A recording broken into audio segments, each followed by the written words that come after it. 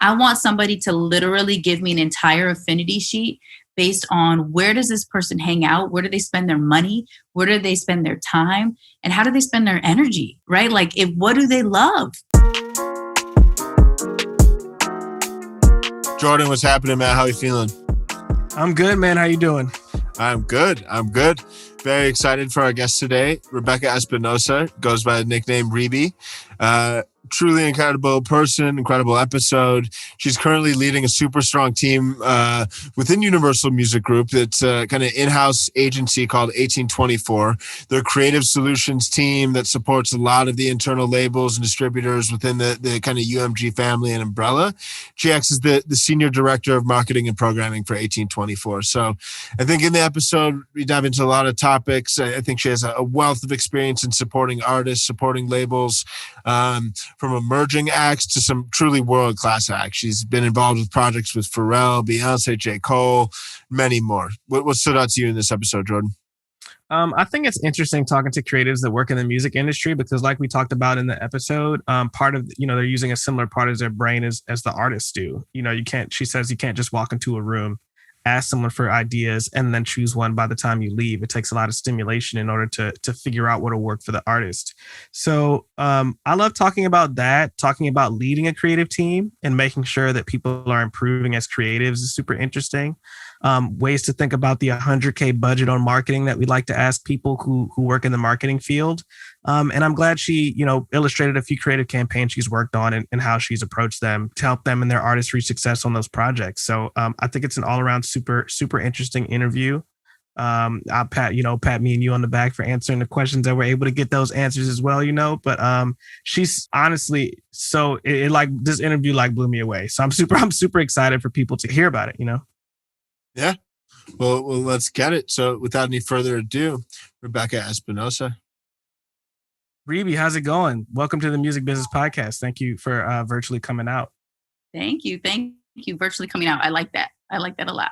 Yeah. People, we love being in person with people, but being able to do this over Zoom has made it a lot easier for us to connect with people. So, a gift and a curse, but we all got our drinks here and, hopefully in one day we can do that in real life without too much anxiety. So yeah, I look forward to it. For sure. So I guess just to get started, I think a big part of people's success and people like yourself are the value sets that actually they lead their lives with, and particularly as it pertains to their career, what those value sets are. So I guess like in general, at a high level, what do you think is the value set that has afforded you the success you found in the music industry? Great question. I'm a pretty naturally intuitive person, but I would say that has definitely played to my favor and my success. I'm incredibly observant. So going into a room, seeing who kind of has the power in the room or, who's more like the suit in the business, who's actually the music person, who's the culture person, being able to observe who is who and what kind of people are actually trying to be a part of the forward movement of an artist or of a campaign or anything that I'm working on, I think has really afforded me any kind of success or just the ability to connect with people. When I say connect with them, like, can I connect with you on this particular project or can I see how my team or myself can be involved? Okay, I need to go to that person. For example, very early on, I think one of the people we know in common is Drew De Leon. When I first started working at UMG, I was going to the Def Jam meetings. They were one of the labels that I was overseeing at the time. I still do, but on a more intimate level then. And I noticed Drew in the room and was like, okay, he speaks up when he's talking digital. He speaks up about these particular campaigns. So I know that I need to connect him with these other people on my team to develop this kind of strategy. And he was like, I've never been contacted by anybody from your team before. So I think it's just really about being observant, that kind of intuitiveness. And I would say mentorship. Mentorship means a lot to me. It's one of my favorite things about any role that I've ever had in any kind of leadership, but being able to help other people succeed, I think has made me even more successful. I think oftentimes a lot of people want to meet people and ask, what can you do for me? What can you do for me? I want to meet that person because I want to know what they can do for me, as opposed to going into a room and wondering what you can do for other people.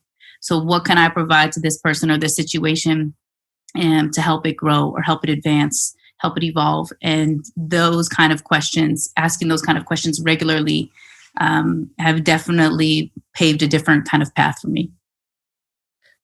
All right. First of all, that was a dope answer. So, second of all, I think something that is interesting about the answers that you said is that, usually when people come on to this podcast, and no disrespect to those people that answer this, but there's some common answers, right? Like be good to people, work hard, those things.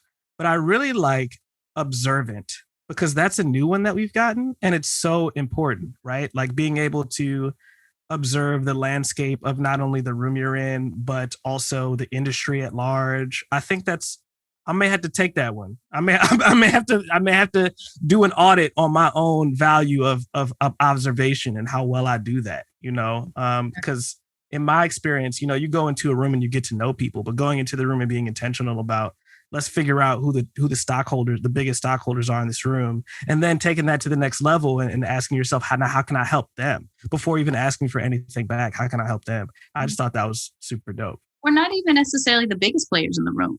Who are the interns in the room, right? Yeah. People who are developing. Who are the people that I was sitting in that chair and I wish somebody would have asked my opinion. I wish somebody would have asked for me to, help out on that project. How do I include them on the next thing? Right. So sometimes I'd be like, hey, if you're interested, we're going to host a brainstorm in my office 3:00 tomorrow. Come through if you're interested. Right. Like just trying to get as many people to feel that cultural movement as possible. Like, I don't really want to deal with people unless I understand where you stand in this business. But I have to deal with a certain amount of people on a regular basis regardless, right? Like that's the nature of business. But there are certain people that that you can go to and you can build with. And those kind of people, I'm like, you know what? I definitely think 3:00, my office, you're going to be able to add value to a brainstorm or conversation. So definitely let's build upon that. So not even necessarily the biggest players in the room, but the people who are, in the room in rooms that I was once in, that I wasn't getting necessarily called upon. Right. Yeah. I love that. No, I think it's so important too, because I think a lot of times it's funny because people that have the best ideas, just giving people an opportunity to step up, even if it's outside of their existing role or they're not necessarily on the core team. Like sometimes too, there's just a lot of like value in somebody when you're so deep on a project too. Sometimes you just start to be like, I actually had a conversation with this guy that was actually one of the co-founders of like Palantir, and like Palantir is like massive tech company that does like crazy stuff with regards to just like disrupting the fields of big data within government. And I asked him do you think it's important to have industry experience in order to disrupt an industry? And he actually said he felt it was the contrary, because he felt that the deeper you get in an industry, the more confined and jaded you get by the way things currently operate. So I think that's even just on a project to project level, being able to bring people with fresh minds, fresh perspectives can be such a valuable opportunity. So valuable. I love that he said that, because I think like we just brought in an entire new head of what we now call people, inclusion, and culture at UMG. And I'm so excited about that term in general. But I shouldn't say the entire staff, a lot of the team came from the MBA. When I first met one of the guys that came over from the MBA, being a basketball lover myself, the mentality I could see was instantaneously different, right? But he was willing to approach it in a way that said, okay, I need to approach this music industry similar to how I approach people at the NBA, but I need to do it and I need to understand the players in the game. So even his analogies, even the way that he went about it, I love that he was from a completely different industry. Like, I don't want you to even know anything about it, because if I can speak to you like a fan and I can speak to you as a strategist, then I'm going to I can figure out the ins and outs, right? I know DSPs and I know all that kind of stuff. Yeah. But if I can speak to you as the consumer, or if I can speak to you and get in your head about how you really care about music or care about people, I can build off that more easily than people who are, like you said, jaded and caught up in their head. Yeah. In a timeline, constant timelines. I'm totally. Like, please don't send me another timeline. Yeah.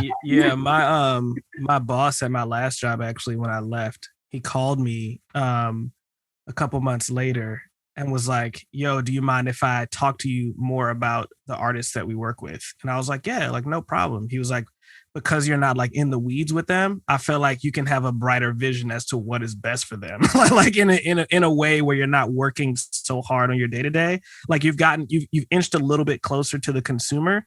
And it now that you know these artists and you're listening to them as a consumer, now is the time where I want to actually hear more of your opinion in that section. I obviously listened to me before, but I just thought it was interesting that he was like, this is an asset too. Like now that you're not like in the weeds with these artists, you have a perspective that no one has, which is the consumer, but you've also worked with them. So like, I totally agree. So many good ideas have come out of that. Like for, when I was at Sony, Salam Remy had just started working there. And I knew obviously of Salam, but we weren't yet friends. And because he knew the kind of team I was on, he was like, yo, would love your perspective on this artist. Come listen to this music. And that's honestly where the friendship even began, was like, yo, I have this fresh new sound. I got this fresh bass line. I have this, that, and the third. Come through and listen. Right. You know, pop a Pellegrino, let this candle burn and just vibe out and tell me what you. And from that, it just became like a foundation of just good people and good music. And that was a real fresh perspective. That was different because there was no agenda behind it. Yeah, I love that. Well, let's dive deeper too on the 1824 side. Can you just kind of set the stage for starters with kind of in your own words, how does it really fit within the larger UMG ecosystem? And what are some of the how does it operate? What are the core functions? We'll start there. Yeah, well, 1824 is UMG's like creative solutions team who really operate in a way to connect artists with their fans or brands directly. We focus primarily on storytelling experiences. We have a couple of ways that we do that, but those are that's really being at the center of UMG. We service every single label, whether they are frontline or distributed. So we're a very busy team. I was about to say, that's a lot of work. I was just about to say that. It is. We're a 14-person management team, and then have about 80 people who are part-time that focus on different verticals within 1824. We have content, we have press, we have creator partnerships, we have collegiate sports, we're developing playlisting, curation, A&R, you name it. So just trying to tackle, honestly, where does the bandwidth cut off at certain labels? Because we all know that labels are ridiculously busy and inundated with 3,000 projects at any given time. And honestly, where is the skill set kind of lack? And where can we be supplemental with that skill set to provide opportunity? Right. Awesome. So that's a lot. You guys do a lot. How do you, first of all, I guess, what are some of the campaigns that you recently worked on? And what is like the equivalent to like the A&R process for figuring out which labels need help and how they need help? And what does that pipeline look like? Well, it depends on it. So really we are working with the labels day in day to say, okay, they have these developing artists that there is a strong need to brainstorm, come up with fresh ideas, etc. I, for instance, even today put together a small task force of 5 to 6 people who are going to focus on one artist for the next 6 weeks and come up with certain ideas around that particular campaign. They might simultaneously be on 5 other teams or 5 other task forces or doing other campaigns that 1824 is working on. But we really take lead from what is priority from those labels. And from that, help build out supplemental plans, ideas that will be helpful to that artist. I mean, we're literally in the weeds from the moment the artist gets signed and are a strategic part of that artist development process. Then hopefully we're working with them on album 2, album 3, album 4, etc. But that first bit and that developing period is a huge part of where we play. Awesome. Yeah. And some recent campaigns, I'm sorry, you asked me that too. Yep, I would say one of the things that I love most, and it actually isn't super, super recent, but one of the things that I love that we have done is with a band called Public. And Public signed to Island, had an incredible hit song. And for some reason, the virality of it came back around like a few months later. And I love when songs do that. They're like, oh my gosh, this song's brand new. I'm like, nah, this song's been out for a year. So when the song came back around, they're like, okay, maybe it's time to shoot a music video. Well, one of the guys on my team had the incredible idea, because there was a smaller budget, to say, hey, why don't we enlist creators to be a part of the cast of the music video? And in doing so, then we create assets for them. And then we create a whole music video virtual party that gives them an individual way to invite their friends to be a part of it. And that was ridiculously successful, hit millions and millions of streams pretty quickly. And that connective part of it made it even better, because it wasn't just something that was like, oh, and viral, it has, hundreds of millions of streams. It was, okay, it has hundreds of million streams, and we still have those relationships.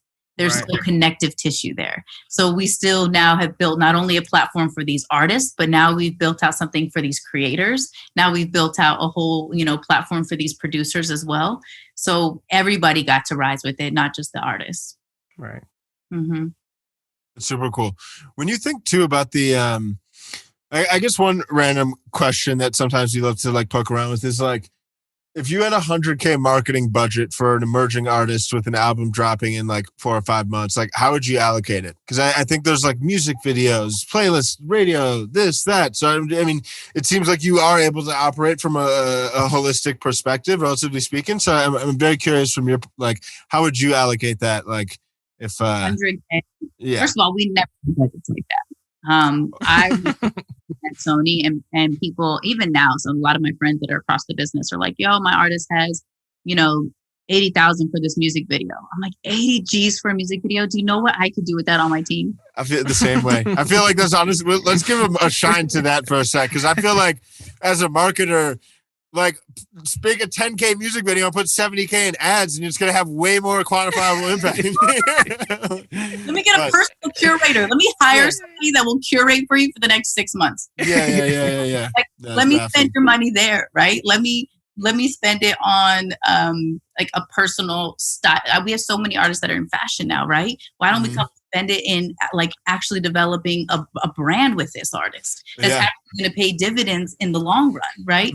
What about investments in certain areas? So $100,000, like, I mean, I think you said marketing budget, so that's a little different, but $100,000 would, for one artist, just seems, at least for what we do at 1824, is such an incredible number. But for one artist, when you're talking about it at a specific label, it's actually not as much as we'd hope. Right.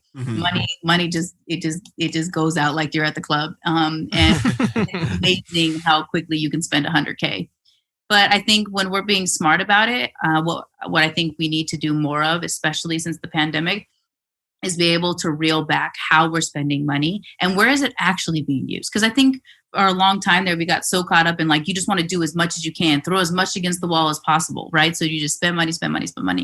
But like noticing what's actually hitting and what's actually getting through to people is where we need to spend the money. So is that in curation? Do you need to actually sit down with the person and understand, do they need to develop playlists? Do we need to invest in their social? Do we need to invest, like you said, in ads? Is it on the brand side? I don't think the music videos need to be that in order to get translated. Like $80,000, $100,000 music video you don't need to spend that much in order for your concept to be translated in the same way. Or just like, why are you hiring that dancer? Right. Maybe we need a different dancer. Maybe we should work with somebody who isn't, that doesn't cost that kind of penny. And I think the same message could come across. But what I would do with that, Sam, oh my gosh, now you have me thinking, let me submit back a plan to you, because $100,000 like it would, for one artist is incredible. Yeah. But I know that it goes faster than we think for one artist at a label when you take everything into. Yeah, for sure. Yeah. Some people have also said like percentages when Sam will ask that question. Like I put 10% to radio, 20% to PR, that type of thing. A lot of people with radio. I mean, I love radio. Don't get me wrong. I love my radio people. I owe a lot of my success to people who have been on the radio side. But I just think we need to, in my world, I don't understand why DSPs and radio sit separately. Why is playlisting and curation separate from radio? Why is somebody who's curating, songs driven by a label on a daily basis to play on the radio not sitting with the same person that is curating a playlist for DSPs? Right? Why aren't we looking in and listing more DJs that are working at stations to be, programmers? One of my favorite people, shout out to J1. J1 is one of my favorite people in the game because he was able to take his knowledge from radio and is now a key guy at Pandora, right? So you took your knowledge of the radio world and programming and being the head of programming, and then we're able to apply it to the playlisting world or to the DSP world. And I just think that they should sit in the same WhatsApp group. There's no reason for them to be in separate teams, if you ask. Right, for sure. Yeah, I mean that makes total sense. Both of the goals of both of them is to get as many listeners as possible to their channels, whatever channels that is. So it makes total sense. Why doesn't the Breakfast Club have a Breakfast Club Spotify playlist? That would make a lot of sense. Yeah. Mm-hmm. One question I guess I have about like how 1824 is run. So like creative operations in general are so interesting to me because they can be run in so many different ways to get a creative result. I think it's actually really fun. It's one thing that I liked about working in artist management. It was like, let's just figure out the best way to get the best possible product out in the most creative way that we can think of. It's not necessarily like there are plans, but driving away from those plans to create new plans and iterate off other plans is something that's like completely accepted because at the end of the day, you're just trying to be creative. Mm-hmm. So I guess my question is, how do you, as a business and as, a manager of people in your role, kind of facilitate that creativity among the members of your team?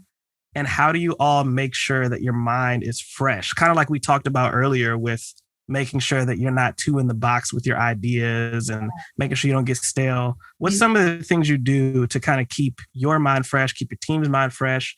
And, there may not be any necessarily accountability for if it's not fresh, but if there is, what does that look like? Yeah, that's a great question. I wish more people kind of ask similar questions like that, because you can't just turn creativity on, right? Like if somebody asked me to sit down, I watched the movies as a young girl. They go into these agencies and they would just be like, we need a great idea for this. And all of a sudden somebody would just be like, la la la. I think it's awesome. And I wish I had that talent. But a lot of times I need to I need to sift through the flour, right? I remember watching my mom all the time as a little girl sifting flour, and I had no idea what that meant when she's a great baker.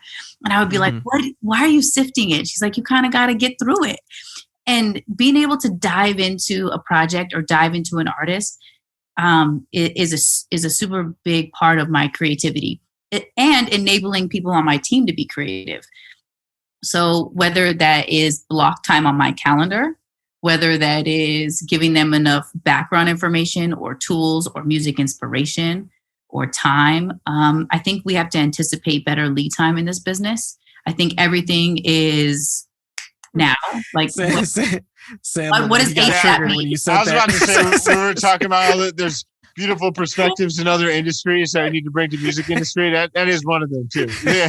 Sam, I saw that smirk you made when you said that. ASAP has lost its whole meaning. Yeah. It's like in most email. It used to be in like most emails, especially when I was in management. It was like, I'm gonna send it ASAP. It's like, okay, that's like the default. It's like, you know what I mean? So, it has no value, right? Yeah. So I think being able to just give my team time to come back to the table with something, or as a lead in the creative space to say, okay, let's lay out all these ideas. And okay, then I have to be able to ask the questions to build upon it. Okay, what if we went in this direction? What kind of ideas would we do with, so let's say today we had a great conversation about 2C, right? He has incredible music out. Okay, what's the next plan? Okay, what if we laid out X, Y, and Z? Okay, if my team is now, their job is to go back to the drawing board and come up with something cool. At least a few ideas. Okay, if that idea is mediocre when I see it on Friday, right? It still needs a little juice. It still needs a little work. My job is to say, okay, what are some of the other tools we have in our box? What is the creator partnerships angle, or how do we use another tool to amplify this one? For instance, that same idea the same example I mentioned earlier, using influencers as a part of music video and being able to allocate it towards budget, right? Being able to use our animators to offset anything that we have on the lyric video side, or being able to use our press squad to help amplify whatever we have going with this upcoming conference. Like if we have these, we probably did 90 virtual experiences last year. Where is the anticipation for them? A lot of times things are like happening now. Where are my creators that can be involved who want to also be a part of this, who might also be writers? They might be doing looks and hauls and all these amazing things on TikTok and YouTube, but they might also do this. So are you having conversations with people who might also have an additional skill that we could use towards this? So I guess my roundabout way of saying is how do we utilize other aspects and other verticals within our team to build and help stimulate that creativity? Especially when you're a leader of it, instead of like a person who's coming up with the core of the idea. Or if I have the nucleus of the idea, I'm looking for my team to kind of give it the leaves and give it the color. So I have to sift through it, and I have to be able to give them something that they can build on. So whatever that building block looks like, I literally have to give myself time. I have to give myself enough lead time for the label, because my timeline has to be anticipatory of what the label. So the label needs it on Monday, then I need to see it on Thursday so I can make corrections Friday and Saturday, and then be able to deliver something on Monday. Right. But that I have to backfill all of that based on, whatever I'm being asked. But yeah, it's hard. The creative space to me though is the most exciting because fluid. Yeah. Your version of creative is different than my version of creative, right? What you have in your creative toolbox is different than mine, right? Or if I know what you are really good at, then I can say, well, Jordan, what about when you do this? Like that could work really well, right? Or we know this guy really loves amazing beanies. You're wearing an amazing Scully right now. Where did you get it? How can we team up with that brand? Do you like the way that it fits? Do you like the way that it feels? Do you like the cotton, how it feels on your head? Okay, so what's the brand? How do we contact them? Let's get them on the phone. That's actually what happened with Telfar. Telfar, amazing bag brand. And we wanted to team them up with a couple different artists. They are absolutely incredible. They have been incredibly responsive to all of our requests and all of our artists' pitches and collaboration. But it really is like, hey, we have an artist that's interested in this, and actually their mission teams up really well with yours.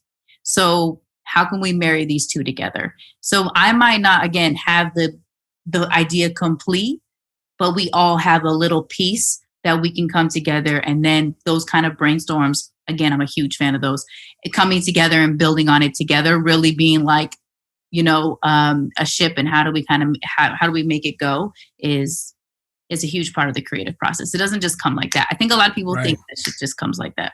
It's comparable to like creativity that I hear from artists, where they ask themselves, where they're curious. They're so curious. Like, why don't we just, like you just said, first of all, thank you for commenting on the Scully. But anyway,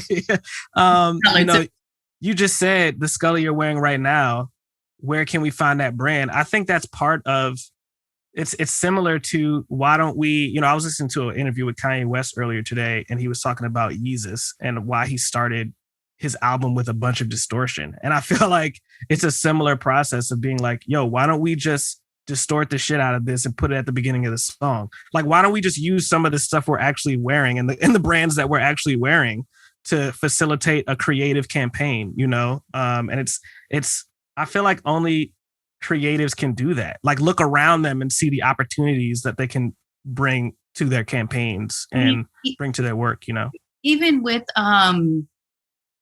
organizations, because we work a lot with organizations, even looking around and asking our team to say, okay, we want you for the next, 48 hours, your job is to find 5 organizations in your local area that are giving food to local residents, or give 5 organizations that are providing opportunities job wise and or other for the LGBTQ community. Like finding different organizations, look around you and find out what can you have in your neighborhood? What are you wearing? How do I tap into you as a marketer into what you're already doing? Right. So if you love a certain genre of music, or if you love a particular sound, where does that person shop?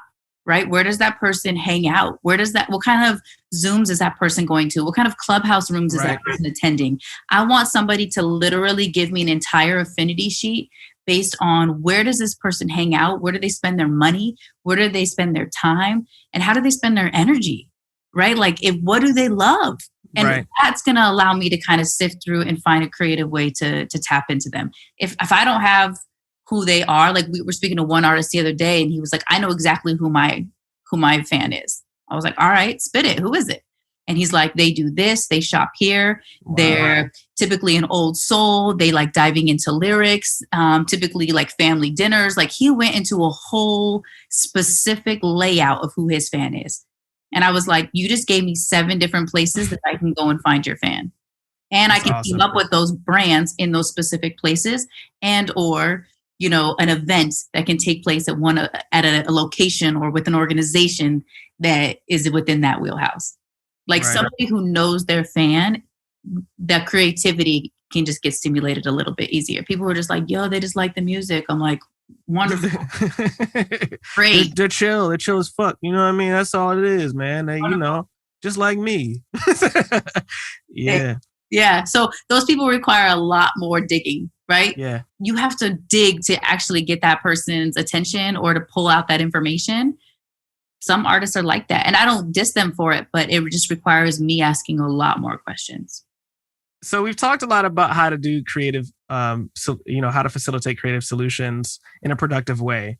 But what does growth look like in order to get to the point where you're feeling a little more confident in your approach, in goal setting? So like, how does somebody get better at providing these creative solutions over time? How do you get their mind to expand? How did yours expand over time? Like, what does growth look like in this particular field in general, Yeah. I mean, when I look back at starting in New York in the music business in 2008, and now looking at it in 2021, I'm like, wow, the landscape is just vastly different, right? I was in 2008 an intern at Sony and trying to figure out how I was going to make it in New York.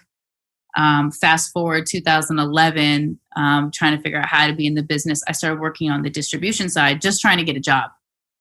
Wasn't even interested in being on the distribution side, but got a gig on the distribution side and was a part of the Spotify integration into the US.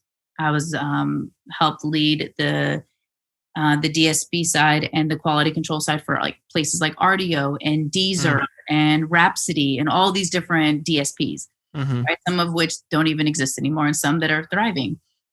But to be a part of like that angle allowed me, once I got to the label side, to have an understanding of the process and being able to anticipate what somebody needs and when they need it. Because I know how people just think that like you put a song up on TuneCore and that shit goes up and everything is like, it's just butterflies. I'm like, there's a hell of a lot more work and quality control that goes into making sure that something goes live globally at one time, right? And understanding and being a part of that intricate process, especially with an artist like, let's say Drake or Beyonce, they're like, hi, it's Wednesday and I would like my album to drop on Friday. You're like, okay. That means our entire distribution team is working 24 hours for the next 3 days, right? And understanding what that means. What does that look like? What kind of assets do you need? How does something go live that quickly? But I think the kind of growth that you see with that is learning how to deal with certain teams and learning how to deal with certain people. So the growth on my team, I always tell, especially the part-time staff that we have, when you first come onto the team, I only expect you to love music and be passionate about learning it. I want you to have as many relationships as possible. And then I want you to be able to actively tap into them. Everything else I can't teach you personality, but I can teach you strategy, right? I can teach you how to, okay, when we want to reach out to this person, let's reach out to them like this. Why don't you send me a draft of an email that you would send to that client? Let's look it over together and I'll tell you how I would change it or how I would, what I would choose to bring into the conversation initially. And then let's see where the conversation goes from there. Feel free to CC me for any questions. I'm going to let you lead. But on the back end, I'm going to say, okay, they just reached out to you and said X, Y, and Z. Why don't we respond and suggest this? Or how about now's the time to bring in this offering that we have? Right. So really, it's like back end leading that you really begin to see their growth. Because without them actually doing it, right? It's like, if you want to do something, you just got to go out and do it. But how many times do you actually get the opportunity to do it? So I can guide them to say like, okay, this is how you should approach it, or this is how I would approach it. That's where I really see them take off. It's literally one of my favorite things to see somebody come on and then really start to see their leadership. And then before you know it, they're like first in line, and getting offers left and right for this business. And awesome. And now they're managing this artist, and now they're working on this A&R team, and now they're running digital at this label. It's really cool to see that kind of growth. But I think it comes from how much time and energy we actually spend on the detail, like down to I will literally say, please write the email, screenshot it, and send it to me, and I will send you back my red line. Right? Like down to the smallest thing. Or put me on the Zoom with them and let me intro you and jump in. But I'm going to be supportive. I'm not going to be rude. I'm going to be edifying, right? Edification goes a long way. If I'm here as your support system, then all I'm doing is uplifting you so that this client or this artist trusts you. Right. So now I'm building up your rapport, but then you're also learning to trust me that we can do this better as a team. And then I really see that growth. So we've seen people, for instance, the person who leads content for 1824 was our first hire as a content rep. We didn't know necessarily what that meant, but we needed somebody that could shoot content, edit it, film it, be with an artist, do a day in the life of piece if they came to his city. And then slowly but surely, we started hiring more and more. Then we were like, wait a minute, we need a full-time person to lead this up and hire more animators and directors and filmmakers on a regular basis. So now he got on our team. Then we were able to promote him to lead an entire squad, have an assistant, etc. So watching even his growth, right? Being able to not necessarily just see somebody grow and go off into the industry, but be able to provide opportunity internally for our team. We started off, when I came to the company, we were 4 people. Now we're 14, just on the management side. Wow. Right? I went from having 1 person on my team to having 4. So I've witnessed the growth just by being able to say, if I give in and pour into this person and lead with mentorship, with the knowledge that I have, I'm gonna see this person grow for sure. But not on the film side. I have no director skills, right? Like I've been on music video sets with our team, and I can say a little things here and there, and they're like, bet Reby, that was great. I appreciate that. But by no means am I developing treatments, right? Like I wish I had that eye. But we all work together in a way that, like, if they're leading content and this person's leading press and this person is leading influencer outreach, I can help develop this strategy for it. Right. Love that. So as we kind of come to a close, I mean, this kind of sums it all up, and you already alluded to some of it in kind of the past answers and whatnot. But so we do have a patron who is an artist, David Lee. Check him out on Spotify, DAVIDLY. We got to plug our community out here on the podcast. So he asked the question, since working with new and developing artists, as well as, seeing and working with much more established artists, what do you think drives the most traction when building their music into an actual career and kind of going from that, like the 0 to 10 in their career? What drives the most traction for developing artists into their career? I would say especially in this day and age, like even when we're developing plans, if the artist is involved, as I was talking about earlier, and you can't give me anything about you or your music or who you think would enjoy it, you're making it a little bit harder for everybody. If you can, as a developing artist, start to figure out, like, when I play shows or when I put this music out here, I'm noticing my following is this. Who are your followers? Go check them out. If somebody likes this video of you, click on them. Who are they? What do they do? What do they like? What's in their bio? Begin to develop a sheet for yourself. Being an artist is also understanding, like, where should you play a gig? You would do the same thing if we didn't have IG, right? Or if we didn't have any kind of social platform. So dig into, you don't have to be a marketer. You can still be a creative, because I know that there's a fine line, but I would dig into developing who your fan is so that you can actually build traction. Because you might be playing shows at 3 p.m. or going live at a certain time, but really your fan base is wide awake at 2 a.m. Maybe you need to switch up your timing a little bit. I remember a guy, one of my management professors when I was doing music business, he always used to say, music is one of those great things that you don't necessarily have to work 9 to 5. Maybe you're an 8 p.m. to 6 a.m. kind of person. Well, then maybe you need to work for an Australian company and be based in the US.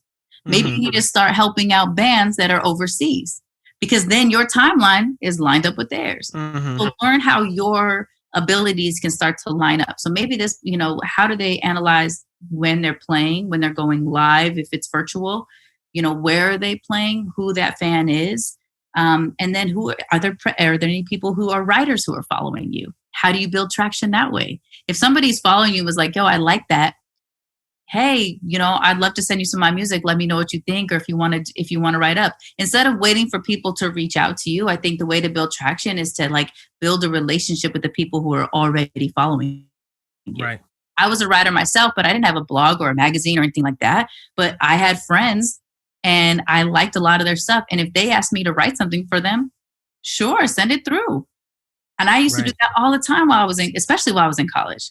Let me just write a little blurb on you, and then you can send that to the local paper, or you can use it as a quote, a quote sheet when you're sending it out. This person said that they liked X, Y, and Z. Build your own quote sheet, right? So I think you build traction by digging into who is your actual following, or who do you want your following to be, and then be able to target your deliverables that way, whether it's like when you drop an asset or when you go live, or what kind of fashion are you wearing? Who are you teaming up with? Being able to dig into some of the finite details, I think, will help build traction easier than people think, because you're hitting it on the head for people and making it personal. Right. I think the personal part goes a lot further than people actually give credit. Right. I absolutely love that. Well, on that note, finishing with the bang right there. I like it. Super grateful for having you on. I think you shared a lot of really awesome advice and wisdom, and I think very excited to see what you continue to do yourself. So thank you so much for coming on, Rebe. It's been an absolute pleasure. Thank you. And thank you, Jordan. I did live text our Discord and was like, y'all are going to like this one. So our patrons are aware of this and that it's coming, and getting people excited before it drops. So really excited for it to come out. Looking forward to it. Thank you guys for having me. This might be virtual, but when we're back in person, Sam, and you return from the wilderness, we're in 20s. We're all gonna be in person. Oh, I'm ready. Yeah. I don't know if y'all ready, but I'm ready. Sam got his first shot of the vaccine today, and he told me a week ago that, yo, I'm going to be all vaxxed up and ready to turn up. That was the first thing he said. I'm taking that vaxxed up. Let me get vaxxed up. Right. Bro, we got vaxxed up. It's time to turn up, bro. So yeah, absolutely. One of my friends posted their vaccine thing today and was like, hot boy summer ain't too far away. We're about to be lit. Okay, let y'all close. I'm so sorry. Thank you for having me. It's all good. I love it. Amazing. Well, thank you so much. We'll talk soon. Talk soon. All right, bye, Jordan. Man, really loved hearing what you had to say, man. What stuck out to you, Jordan? Yeah, I think managing creatives is a super interesting thing to be able to do, and how she props up her employees and the people that are under her. I think was super interesting to talk about, whether she's redlining emails or putting them in situations that actually might seem scary at first, but cause them to grow. I also think that even the beginning of the interview where she goes over her values, I pointed out in the interview, but, being observing as much as you can, not only paying attention to the biggest stakeholders in the room, but the interns, and trying to figure out how you can utilize everybody to the best of their ability, was a value that we really hadn't heard before. And I'm glad that she brought it up, and I'm glad I was able to dissect it a little bit. What about you, Sam? Yeah, no, I mean, I loved how she goes about collaborating with teams and really enabling people to like step up and provide really thoughtful kind of creative ideas, from brainstorming to tapping people. Really loved hearing that, and just her approach to kind of personal development and operating well and effectively within an organization. Really enjoyed that. So let us know what y'all think as you guys are listening. Hit us up, slide up in the DMs at Music Business Podcast across all socials except Twitter, where it's at the Music Business Pod, because somebody out here trying to hoard and squat on Music Business Podcast. But one day we're gonna be big enough and we're gonna just buy them out collectively. So hit us up at Music Business Podcast on Instagram exclusively, and we'll be back next week. Appreciate y'all.